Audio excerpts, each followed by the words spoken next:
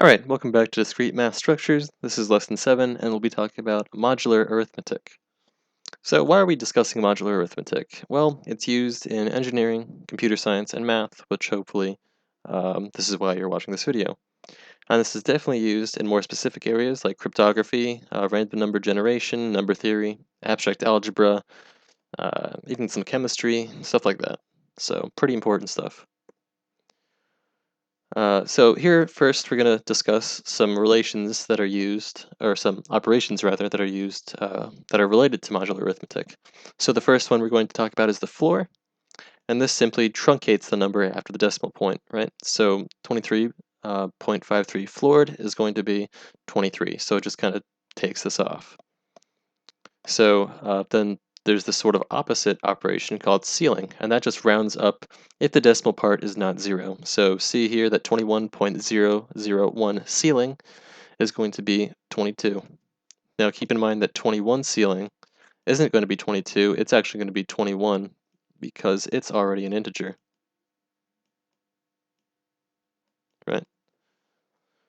So next is div, which finds the floor of division, so just the integer component. So 13 div 5 what is going to be 3, so it's actually going to do 13 divided by 5, and then it's going to floor it, like so. 12 div 2 is going to be 6, right? And then we also have divides. So this is a little bit different. It's going to state whether a number divides evenly into another one. So, and then we use this notation here with a vertical bar. We say that A divides B, that's what this symbol right here means, divides, if and only if the floor of the division of B and A is equivalent to the ceiling, which is equivalent to just B divides A. So the next operator we're going to talk about is mod. If we divide two numbers, we're going to get a quotient and a remainder, right?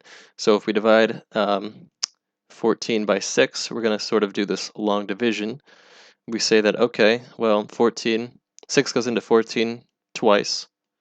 So then we multiply 2 times 6, and we're going to end up getting 12. We subtract that out from 14, and then we get 2. And we say that we have a remainder of 2, since 6 can't go inside 2. So the modulus operator finds this remainder component right here. That's what we're looking for when we use the mod. So 13 mod 3 is going to be 3, or 13 mod 5 rather is going to be 3, because 13, if we divide 13 by 5, we're going to get 2, remainder 3. Note that if it goes in evenly, it's going to be 0, right? So 12 divided by 2 is going to be 6, remainder 0. 4 mod 4 is going to be 0. And then for negatives, typically, we're going to say that the remainder is going to be positive. This might not always be the case. It depends on your programming language, but just in general, we're going to say that it's positive. So now we have mods and equivalences. We say that two numbers A and B are equivalent modulo n, right? If and only if A mod n is equal to B mod n. Or another way to say this is that they're equivalent, right?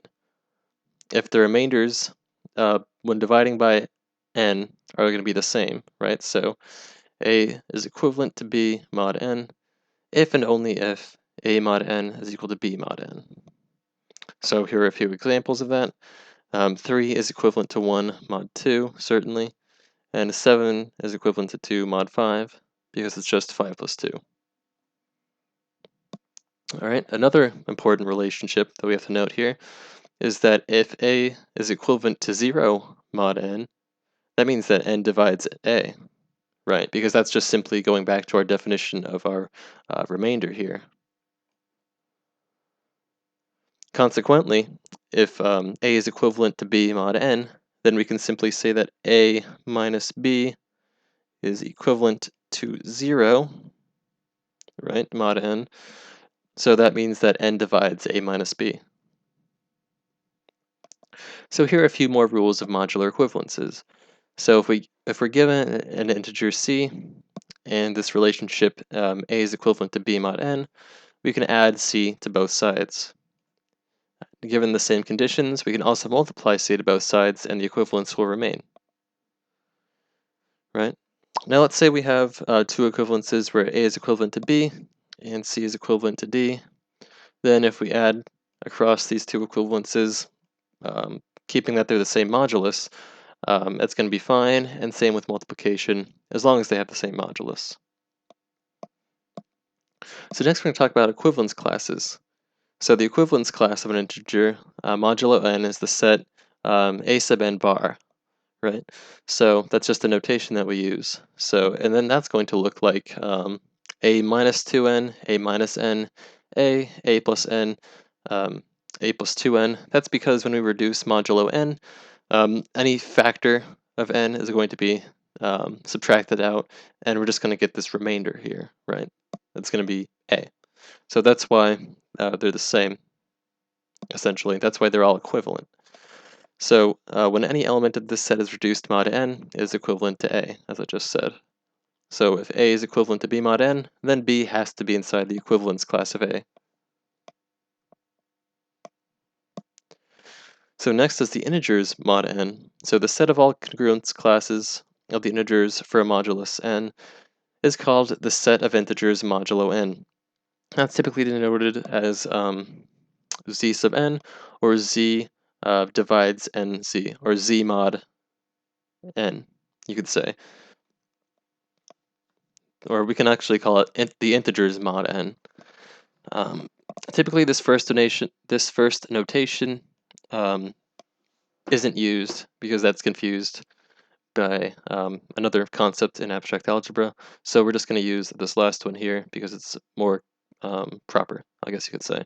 So the definition formally given is here. So it's just the set of equivalence classes right here.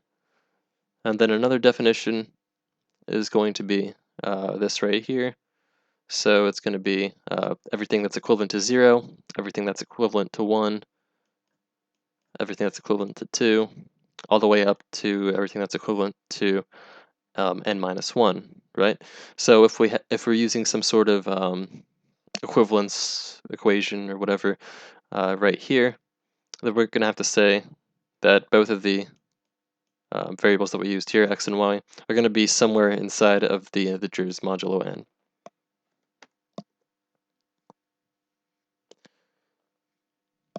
So just like we have linear equations, like 16x equals 14, or 7x is 14, we have what are called linear congruences.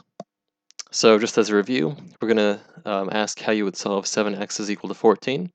Well, we'd multiply both sides by the inverse of 7 to get 2, right? Well, how would you solve 7x is equivalent to 1 mod 13?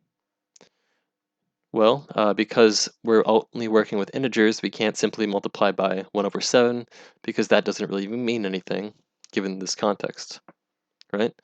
Because 1 over 7 isn't an integer. So since the modulus is small, we could try all the numbers from 0 to 12 to find that the answer is 2.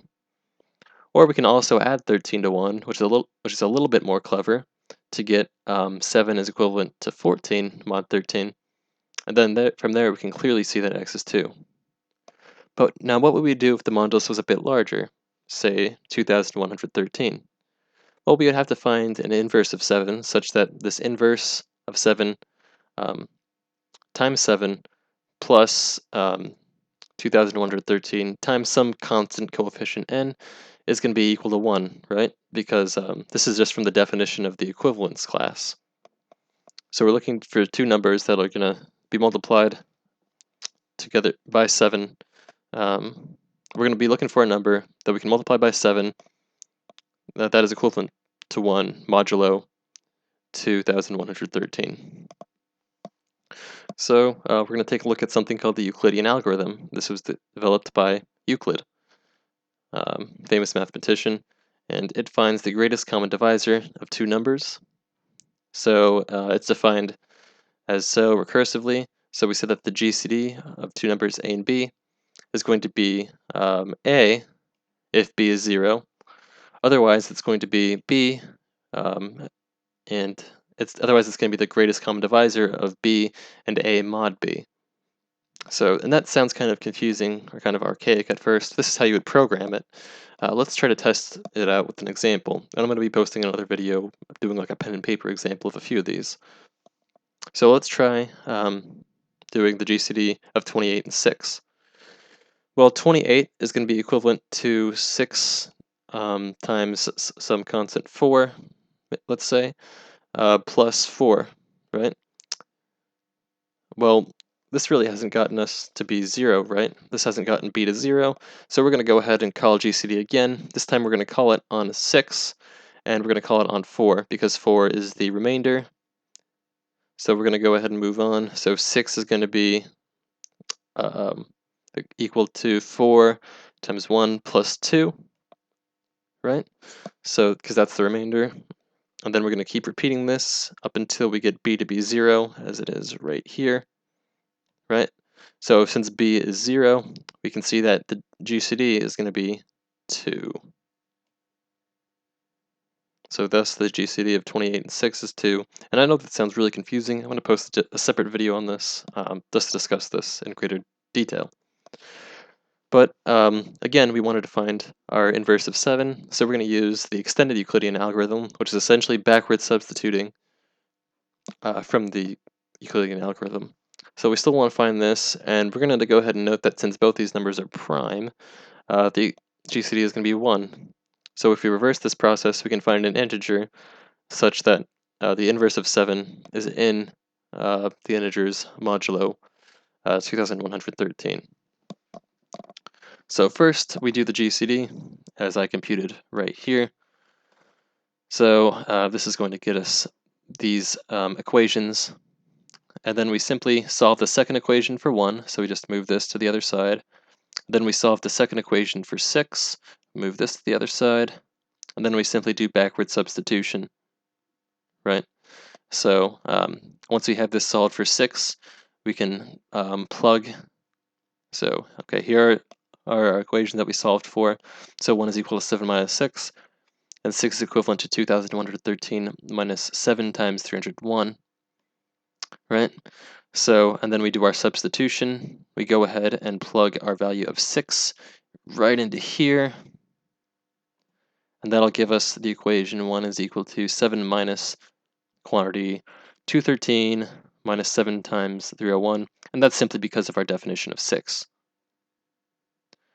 Then we can do some more math to simplify this down. So 1 is going to be equal to negative 1 times 2,113 plus 302 times 7. And now negative 1, oh, don't know what that was, negative 1 and 302 are going to be what's called our Bézier coefficients. I'll discuss that in the separate video on the Euclidean algorithm. But those are going to be integers such that this system is going to be equal to 1. So since we have our equation in the form of some integer times 2,113 plus 7 times its inverse, we have now found the inverse of 7, which is going to be 302. And if you don't believe me, you can always just crunch these numbers and check for yourself. All right, thanks for watching.